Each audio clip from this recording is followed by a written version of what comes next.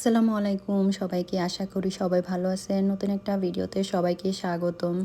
তো এই ভিডিওটা হচ্ছে আমরা একদিন শান্ত ভাই, আনিতা ভাবি, নাবিল আমরা সবাই ঘুরতে গেছিলাম। ওই দিন বিকেলবেলা সবাই ফ্রি ছিল, আর বিকেলবেলা হলে এদের শুধু ঘুরতে যেতে মন চায়।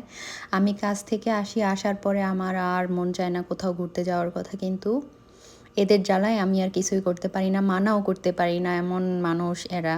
তো যাই হোক, আমরা আগে শান্ত ভাইয়াদের সাথে একসাথে হয়ে তারপরে একই গাড়িতে করে যাব, দুইটা গাড়ি নেওয়ার কোনো প্রয়োজন নাই। আর ভাবি চুলে নতুন কালার করছে। আর এই যে দেখেন এখানে কি হয়েছে আমি বলি, সেদিন আমরা যখন যাচ্ছিলাম ভাইয়া তার বিটেক দেখানোর চেষ্টা করতেছিল, তো পাশ থেকে পুলিশ যাচ্ছিল, মানে আমাদের গাড়ির স্পিড ছিল প্রায় 160-এর মতো। তো লাকিলি তার আগে পুলিশের গাড়ি আমাদের পাশ দিয়ে ক্রস করার আগে ভাইয়া হচ্ছে গিয়ে স্পিড কমায় 132-এ নিয়ে আসছিল, আর ওইটাই পুলিশের গাড়িতে ডিটেক্ট করছে। এরপরে পুলিশ এসে আমাদেরকে পুল ওভার করছে। আর আমি তো আমার অনেক ভালো লাগতেছিল, কারণ আমার এরকম কোনো এক্সপিরিয়েন্স ছিল না এখানে আসার পরে। তো ভাইয়া অনেক ভয় পেয়ে গেছিলো। আমরা তো এত মজা নিচ্ছিলাম। এরপর থেকে যখনই আমাদের গাড়ির পিছনে কোনো সাদা গাড়ি দেখে, তখনই ভাইয়া মনে করে যে এটা পুলিশের গাড়ি, এত ভয় পাইছে। আর আমার এত মজা লাগতেছিল যে পুল ওভার দেখা হলো না, তো ওইটাও দেখা হয়ে গেছে।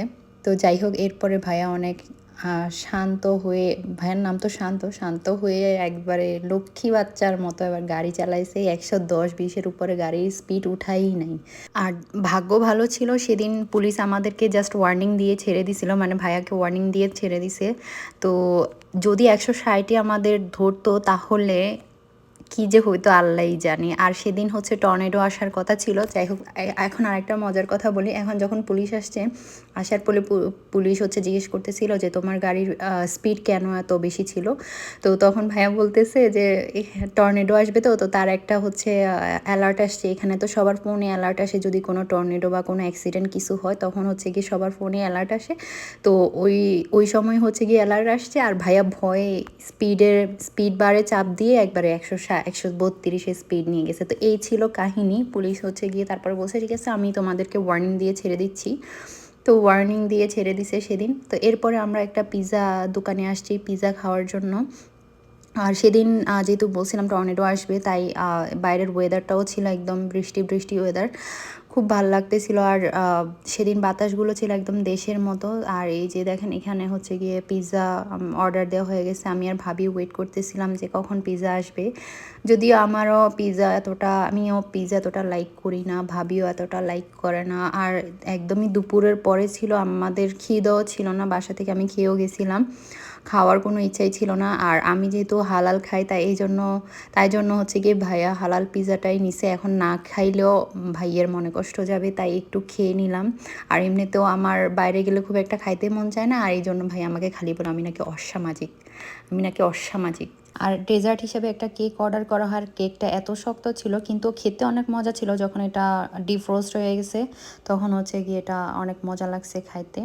আর এই যে দেখেন ভাইয়া হচ্ছে গিয়ে এখানে কি জানি একটা ভিডিও করছে, আর বলছে এই ভিডিওটা আমি যেদিন আপলোড করবো ওইটা নাকি কমেন্টের নিচে হচ্ছে গিয়ে আপলোড করবে, দেখাবে যে কেমনে ক্যামেরাম্যান ভিডিও করে। যাই হোক, আর এই যে দেখেন এত সুন্দর ওয়েদার, বৃষ্টির পরে হালকা হালকা রোদ। আর এই পার্কটা অনেক সুন্দর ছিল। এটার পাশে একটা লেক ছিল, লেকটা অনেক সুন্দর ছিল। আর এই যে একটা ব্রিজ, ভাঙাচোরা একটা ব্রিজ ছিল এখানে।